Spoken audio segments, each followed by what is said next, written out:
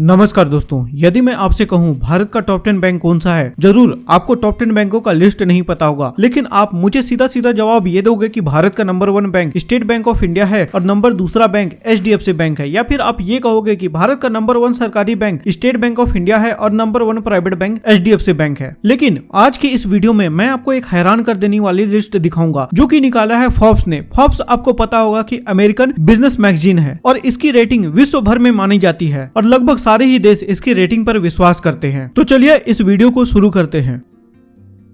दोस्तों, फोर्ब्स ने ये लिस्ट 4 आधार पर निकाला है। पहला, ट्रस्ट यानी विश्वास। दूसरा, बैंक के फीस एंड चार्जेस। तीसरा, बैंक के डिजिटल सर्विसेज जैसे कि mobile banking, internet banking application और इनका इंटरनल डिजिटल सिस्टम। और चौथा है फाइनेंशियल एडवाइस, कि क्या आपका बैंक आपको फाइनेंशियल एडवाइस देता है या नहीं। दोस्तों, यदि आप फोर्ब्स के टॉप 10 बैंकों का लिस्ट देखोगे और इस लिस्ट में पहला नंबर है DBS बैंक का। DBS बैंक है भारत की नंबर 1 बैंक, जो कि सिंगापुर देश की एक बैंक है। लेकिन भले ही विदेशी बैंक है, लेकिन इसके CEO एक इंडियन है जिनका नाम है पीयूष गुप्ता। यदि मैं आपको DBS बैंक के बारे में बताऊं तो जब गवर्नमेंट ने प्राइवेट बैंकों को लाइसेंस देना चालू किया उसी समय DBS बैंक भारत में आ चुका था। जब HDFC बैंक, ICICI बैंक की फाउंडेशन हुई उस समय DBS बैंक भी इंडिया के अंदर फाउंड हो चुका था, लेकिन ये काफी दिन तक साइलेंट रहा। लेकिन फाइनली 26 अप्रैल 2016 को इसने अपना एक ऐप लॉन्च किया जो था डीजी बैंक, जहां पे आप आधार कार्ड और पैन कार्ड की मदद से अपना बैंक अकाउंट ओपन कर सकते थे। यह भारत का पहला डिजिटल बैंक बना, लेकिन ये बैंक ज्यादा एक्सपेंड नहीं कर पाया क्योंकि यहाँ पे आप फुल KYC केवल चुनिंदा सिटी में ही करा सकते थे। और दूसरा चीज ये कि डीजी बैंक में पहले आप 0 बैलेंस अकाउंट ओपन कर सकते थे, लेकिन अब आपको 5000 रुपए का बैलेंस मेंटेन करना पड़ता था, जिसके कारण अब ये फ्लॉप हो चुका है। लेकिन हाल में ही 2020 में इसने लक्ष्मी विलास बैंक को एक्वायर किया और पूरे इंडिया में इसकी रीच बन गई। और DBS बैंक ने इंडिया से 2020-21 के फाइनेंशियल ईयर में 322 करोड़ रुपए का प्रॉफिट भी कमाया। अब फोर्ब्स के अनुसार दूसरे नंबर का बैंक है कैथोलिक सीरियन बैंक, जिसे CSB बैंक भी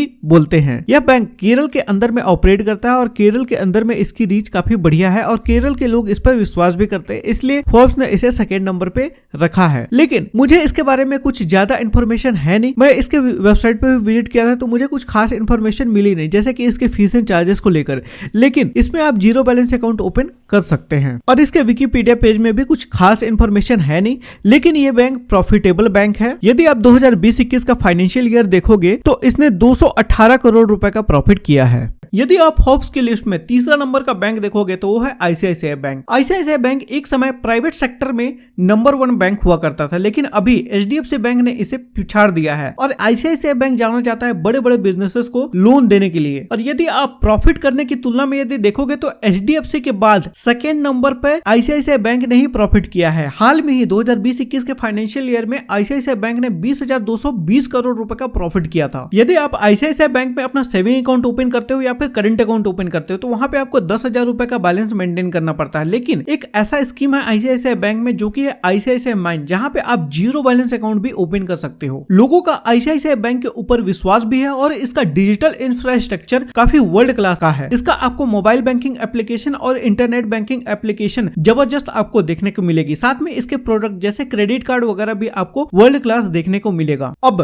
फोर्ब्स के अनुसार चौथे नंबर का बैंक है HDFC बैंक। यदि आप लास्ट 10 साल में बैंक के स्कैम देखोगे जहां पे बड़े बड़े उद्योगपति बैंकों का पैसा ढकार गए हैं तो वहां पे HDFC बैंक आपको लिस्ट में नहीं दिखेगा, क्योंकि HDFC बैंक बड़े बड़े लोन नहीं देता। ये केवल छोटे मोटे जो बिजनेसेस हैं जैसे MSME हैं, इनको ये लोन देता है। HDFC बैंक जाना जाता है अपने कंज्यूमर बैंकिंग के लिए। इसने MSME और मिडिल क्लास को टारगेट करके जबरदस्त प्रॉफिट कमाया है। हाल में ही 2020-21 के फाइनेंशियल ईयर में HDFC बैंक में इंडिया में सबसे ज्यादा 31,857 करोड़ रुपए का प्रॉफिट कमाया। इसके प्रोडक्ट तो भाई साहब, इसके क्रेडिट कार्ड, इतने सारे ऑफर्स, कोई टक्कर में नहीं है इसके। लेकिन HDFC बैंक में एक निगेटिव पॉइंट ये है कि इसका डिजिटल इंफ्रास्ट्रक्चर उतना स्ट्रॉन्ग नहीं है। इसके मोबाइल बैंकिंग एप्लीकेशन, इसके नेट बैंकिंग आपको उतने यूजर फ्रेंडली आपको देखने को नहीं मिलेंगे। सर्वर के भी काफी इसमें प्रॉब्लम्स होते हैं, लेकिन फिर भी आपको ब्रांच बेस्ड सपोर्ट आपको बढ़िया यहाँ पे देखने को मिलता है। अब फोर्ब्स के अनुसार 5वां नंबर का बैंक है कोटक महिंद्रा बैंक। कोटक महिंद्रा बैंक जाना जाता है अपने फाइनेंशियल मैनेजमेंट को लेकर। हाल में ही इसने इसने SBI से ज्यादा प्रॉफिट किया है। 2020-21 का यदि आप फाइनेंशियल ईयर देखोगे तो कोटक महिंद्रा बैंक ने टोटल 9,903 करोड़ रुपए का प्रॉफिट किया है। इसके मोबाइल बैंकिंग एप्लीकेशन, इसके इंटरनेट बैंकिंग एप्लीकेशन एकदम वर्ल्ड क्लास के हैं। यदि आप इसके इंटरनेट बैंकिंग साइट पे विजिट करोगे तो एकदम आपको जबरदस्त यूजर इंटरफेस आपको देखने को मिलेगा। यदि आप इसके कस्टमर केयर नंबर पे भी कॉल करोगे तो एकदम जबरदस्त आपको वहां पे वॉइस इंस्ट्रक्शंस देखने को मिलेगा। जैसे आप वहां पे बोल सकते हो कि मुझे कस्टमर केयर से बात करना है तो तुरंत आपका कॉल यहाँ पे कस्टमर केयर से कनेक्ट हो जाएगा। कोटक महिंद्रा बैंक एक ऐसा बैंक है जो अपना सबसे ज्यादा पैसा डिजिटल इंफ्रास्ट्रक्चर पे खर्च करता है, लेकिन हाँ इसमें कुछ नेगेटिव पॉइंट ये है कि इसका ब्रांच बेस्ड सर्विस आपको अच्छा नहीं मिलेगा। खास करके जो मीडियम सिटीज हैं वहां पे तो आपको नहीं मिलेगा। मेट्रो सिटीज में ऑफकोर्स आपको बढ़िया सुविधा मिलेगा, लेकिन आपको डिजिटल सपोर्ट काफी जबरदस्त मिलेगा। जैसे आपको कोई भी परेशानी हो रही है ब्रांच के द्वारा तो आप ट्विटर पे इनसे संपर्क करिए, आपका सारा सॉल्यूशन यहाँ पे हो जाएगा। अब फोर्ब्स के अनुसार छठवां बैंक है एक्सिस बैंक। देखो एक्सिस बैंक आज के डेट में मेरा प्राइमरी बैंक है और मुझे बहुत ज्यादा एक्सिस बैंक पसंद है बिकॉज इसका मोबाइल बैंकिंग एप्लीकेशन, इसका इंटरनेट बैंकिंग एप्लीकेशन काफी यूजर फ्रेंडली है। और एक्सिस बैंक जाना जाता है बग फ्री एप्लीकेशंस के लिए। पहला यूपीआई एप्लीकेशन एक्सिस बैंक ने ही लॉन्च किया था। इसके सर्वर बहुत कम डाउन होते हैं, सर्विसेज काफी फास्ट हैं, लेकिन हाँ इसके फीस एंड चार्जेस थोड़ा सा हिडन रहते हैं और थोड़ा सा फीस एंड चार्जेस इसके ज्यादा है। लेकिन मुझे आज तक तो कोई भी परेशानी एक्सिस बैंक से नहीं हुई है। और हाल में ही 2020-21 के फाइनेंशियल ईयर में एक्सिस बैंक ने 7,252 करोड़ रुपए का प्रॉफिट किया है, जो कि कोटक महिंद्रा बैंक के बाद प्राइवेट बैंकों में प्रॉफिट करने वाली सबसे बड़ी बैंक ये है। फोर्ब्स के अनुसार सातवां बैंक है स्टेट बैंक ऑफ इंडिया। देखो मेरा मानना है कि स्टेट बैंक ऑफ इंडिया में हर भारतीयों का अकाउंट होना चाहिए बिकॉज इसके जो ब्रांच नेटवर्क है, इसके जो एटीएम नेटवर्क है पूरे इंडिया में फैला हुआ है। यदि आपको कोई भी, जैसे आप पूरे इंडिया में यदि आप ट्रेवल करते हो तो कोई भी आपको परेशानी हो रही है तो आप सीधा यहाँ पे ब्रांच पे विजिट कर सकते हो। और इसका इंटरनेट बैंकिंग साइट भी काफी बढ़िया है, चाहे आप कॉर्पोरेट बैंकिंग यूज कर लो या फिर रिटेल बैंकिंग यूज कर लो, काफी बढ़िया आपको देखने को मिलेगा। लेकिन इसका योनो एप्लीकेशन उतना खास नहीं है। जो आपको मोबाइल बैंकिंग मतलब ऐप आपको देखने को मिलती है वो उतना खास नहीं है, काफी वहां पे सर्वर प्रॉब्लम होते हैं और यूपीआई में भी काफी टाइम सर्वर इसके डाउन होते हैं। बाकी स्टेट बैंक ऑफ इंडिया में सबसे ज्यादा शिकायत ये रहती है कि यहाँ पे आपको ब्रांच बेस्ड सर्विस उतना बढ़िया देखने को नहीं मिलती है। देखो मैं 4-5 साल से उपयोग कर रहा हूँ स्टेट बैंक ऑफ इंडिया। यहाँ पे मेरा पर्सनल अकाउंट भी है और बिजनेस अकाउंट भी है, मेरे को अभी तक कोई भी परेशानी नहीं हुई है। और यदि आपको स्टेट बैंक ऑफ इंडिया में अकाउंट खोलना है तो स्टेट बैंक ऑफ इंडिया में सारे अकाउंट अब जीरो बैलेंस अकाउंट हो चुके हैं। अब आप यहाँ पे सेविंग अकाउंट अपना जीरो बैलेंस में खोल सकते हैं और साथ में आपको एसएमएस चार्जेस भी नहीं देने पड़ेंगे। और दूसरा चीज ये कि इसमें जो एटीएम रहते हैं वर्ल्ड क्लास एटीएम आपको मिलेंगे और उसके चार्जेस भी अन्य बैंकों की तुलना में काफी कम होते हैं और इसमें आप क्रेडिट कार्ड भी आप ले सकते हो। इसके अतिरिक्त स्टेट बैंक ऑफ इंडिया ने 2020-21 के फाइनेंशियल ईयर में 9,691 करोड़ रुपए का प्रॉफिट भी किया है, जो कि सरकारी बैंकों में सबसे अधिक है। लेकिन एचडीएफसी, आईसीआईसीआई और कोटक महिंद्रा बैंक के बाद में इसका प्रॉफिट गिना जाता है। अब फोर्ब्स के अनुसार 8वें नंबर का बैंक है फेडरल बैंक। देखो फेडरल बैंक आज से 4-5 साल पहले कोई नहीं जानता था, लेकिन अभी 4-5 साल में इन्होंने इतना ग्रोथ दिखाया है कि ये माना जा रहा है कि आगे चल के HDFC bank, ICICI bank, Kotak Mahindra bank, axis bank का competitor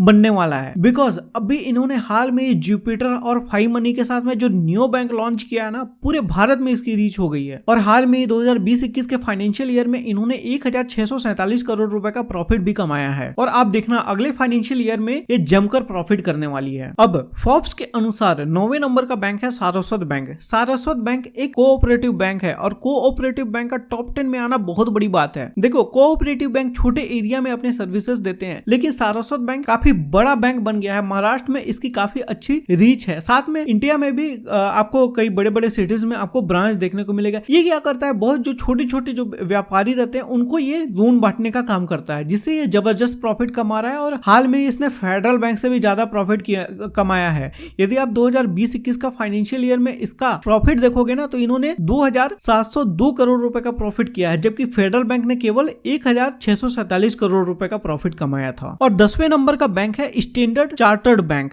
standard chartered bank UK की एक बैंक है, यूनाइटेड किंगडम की एक बैंक है, जो कि एक विदेशी बैंक है। लेकिन आप इसके ब्रांच में जाके आप जीरो बैलेंस अकाउंट खोल सकते हैं, लेकिन इसका ब्रांच आपको बड़े बड़े सिटीज में भी आपको देखने को मिलेगा, बाकी छोटे सिटीज में आपको देखने को नहीं मिलेगा। और बाकी जैसे आप जीरो बैलेंस अकाउंट भी आप ओपन करते हो तो इसमें आपको अनलिमिटेड फ्री एटीएम विड्रॉल्स आपको मिलेंगे। आप कहीं भी किसी भी बैंक के एटीएम से आप अनलिमिटेड पैसा विड्रॉल कर सकते हो। और हाल में ही भारत से इन्होंने 2020-21 के फाइनेंशियल ईयर में 1,911 करोड़ रुपए का प्रॉफिट किया था। और स्टैंडर्ड चार्टर्ड बैंक इंडिया में शेयर मार्केट में भी लिस्टेड आपको मिल जाएंगी। तो दोस्तों दोस्तों ये थे फोर्ब्स के अनुसार भारत के टॉप 10 बैंक, जिसमें से 2 बैंक विदेशी है। विदेशी बैंकों में है पहला डीबीएस बैंक और दूसरा है आपका स्टैंडर्ड चार्टर्ड बैंक। यदि मैं आपको टॉप 10 बैंकों का लिस्ट दिखाऊं तो पहला नंबर पे है डीबीएस बैंक, दूसरे नंबर पे है सीबीएस बैंक, तीसरे नंबर पे आपका आईसीआईसीआई बैंक, चौथे नंबर पे एचडीएफसी बैंक, पांचवें नंबर पे कोटक महिंद्रा बैंक, छठवें नंबर पे एक्सिस बैंक, सातवें नंबर पे स्टेट बैंक ऑफ इंडिया, आठवें नंबर पे फेडरल बैंक, नौवें नंबर पे सारस्वत बैंक, 10वें नंबर पे स्टैंडर्ड चार्टर्ड बैंक। तो दोस्तों बस इस वीडियो में बस इतना ही। आई होप आपको ये वीडियो पसंद आया होगा। यदि आपको ये वीडियो पसंद आया तो वीडियो को लाइक कर दीजिएगा